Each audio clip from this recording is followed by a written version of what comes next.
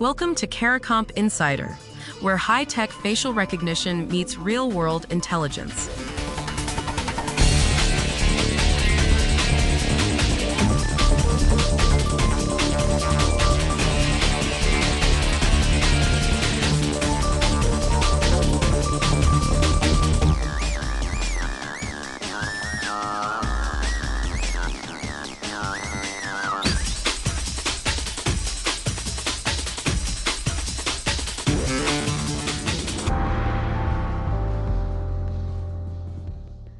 There's a machine at some airports and stores that doesn't just check who you are. It tries to guess how you're feeling. And according to the Dutch Data Protection Authority, the science behind that guess is shaky enough that regulators just banned it outright in workplaces and schools. Now, you've probably unlocked your phone with your face and thought nothing of it. That kind of technology answers a simple, factual question. Is this the right person? Yes or no. But a growing number of systems are doing something very different. They're looking at your face and claiming to know your mood. If that feels invasive, you're not wrong to feel that way. The good news is that once you understand the difference between those two things, you'll see exactly why lawmakers are treating them so differently. So what actually separates confirming your identity from reading your emotions? Let me start with the distinction, because it's the whole ball game. When a system confirms your identity, it's doing a lookup. It takes your face and compares it against a stored photo, a match or no match. That's evidence. Either it lines up or it doesn't. Emotion inference is a completely different animal. The system takes your facial expression, maybe your voice tone, maybe your posture, and then it deduces a feeling. It's not matching, it's guessing. Picture a guard at the airport.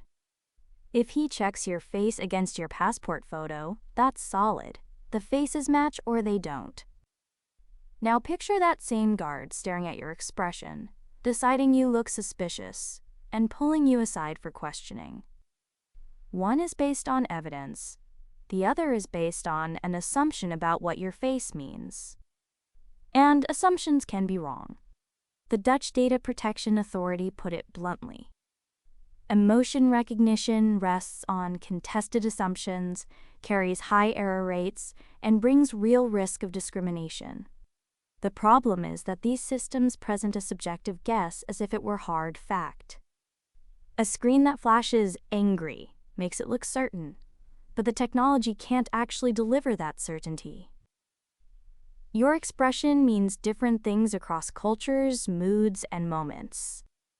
For you, that means a machine could label you frustrated when you're just tired and treat you accordingly. Now, a lot of people assume that if a company just tells you it's using emotion technology, the problem's handled. That feels reasonable. We're used to thinking that disclosure equals safety. But here's why that logic breaks. A warning label on a broken tool doesn't make the tool work. Telling you a faulty system is running doesn't make its guesses accurate. That's exactly why European lawmakers didn't stop at just disclose it. Under the AI Act, emotion recognition is banned in workplaces and schools completely.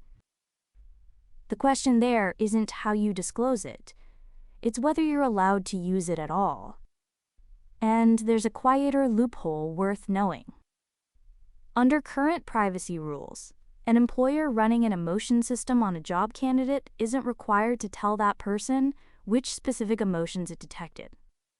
So a worker might know a system is watching, but never learn it flagged them as nervous or dishonest. That gap builds false confidence on both sides. So here's the shift that matters. Confirming identity answers a factual question. Is this the same person? Inferring emotion makes a psychological claim about what's happening inside your head. The law finally recognized that some questions shouldn't be asked at all in certain places, no matter how transparently you ask them. So let's bring it home. A face matching system asks, "Is this you?" And that's answerable. An emotion system claims, You look angry, and that's often just a guess dressed up as fact. That's why regulators didn't just ask for warning labels. They banned it where you're most vulnerable, your job and your classroom. Whether you're clocking in at work or just walking past a kiosk, you deserve to know the difference between a machine that recognizes you and one that's only pretending to understand you. The full breakdown's in the show notes if you want the deep dive. Now you know something most people in this industry don't. Use it. And when you're ready to put it to work, caracomp.com. We'll see you tomorrow.